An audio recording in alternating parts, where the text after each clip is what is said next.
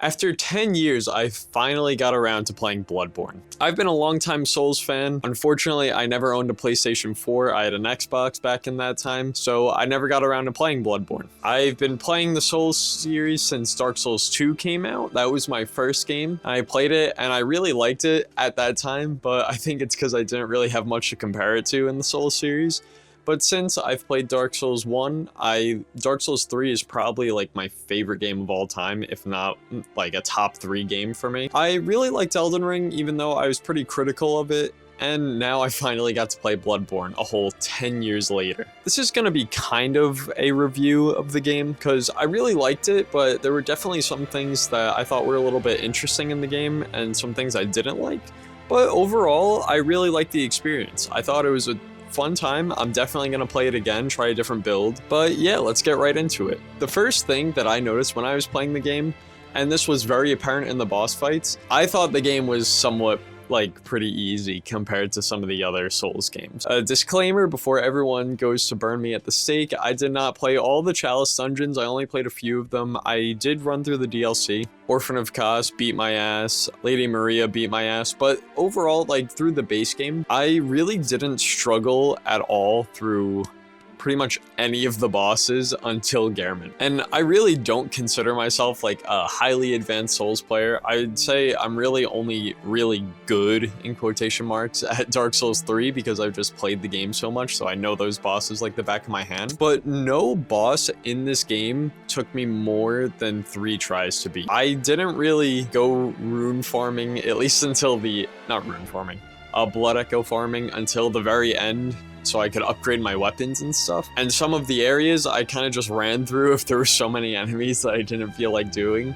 So I definitely feel like I went through most of the game somewhat underleveled, but none of the bosses really had a lot of attacks that really lock you down. Like the speed that you have in this game is definitely very advantageous in comparison to some of the other games.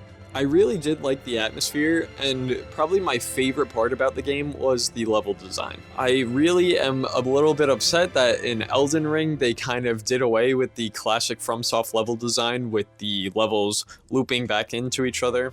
Even though Dark Souls 3 doesn't have that as much, it just has Cathedral of the Deep is like the main one that I can think of that has the looping level design. But Dark Souls 1 obviously is known for having the interconnected world, and everyone loves that game for it. Dark Souls 2 is Dark Souls 2, and we're not going to talk about it. But this game, I really like that every level had one central lamp, maybe 2, and there was always a shortcut that brought you straight back to it. And I really appreciate how they did that, and that was probably my favorite part of the game, was exploring the levels. There were certain enemy types that I really just did not like fighting in the game. I was not a fan of most of like the hunter style fights because I get what they were going for. Like, these people have the same tools you do. They got a quick step, they got their gun and all that stuff. And I didn't find myself getting like parried ever by them, but like I could not stand the hunters in the game that have the blunderbuss and they just like backdash away and spam it. It's definitely a skill issue, and there's probably like better ways I could have dealt with them.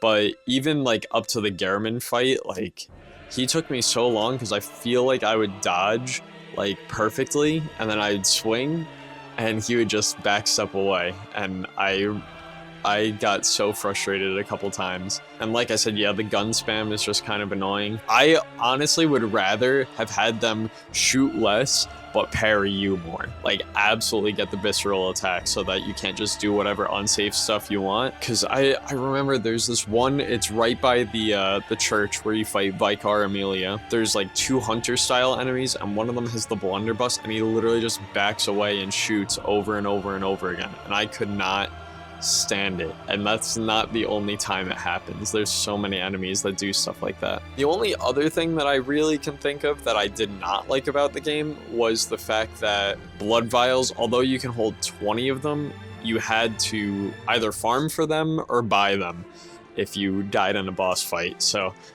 a loop that I got into because I was stuck on the Gehrman fight forever was I'd go farm to get like 40 blood vials. I'd get like 2 or 3 attempts on Gehrman, and then I'd have to go farm again. I wish that like in the levels, maybe if you died, you lost your blood vials, because like you get them throughout the levels anyways. But it's just so discouraging, like if a boss kills you and then rather than hopping right back in and trying to use what you learned from your last death to kill them, you have to go farm.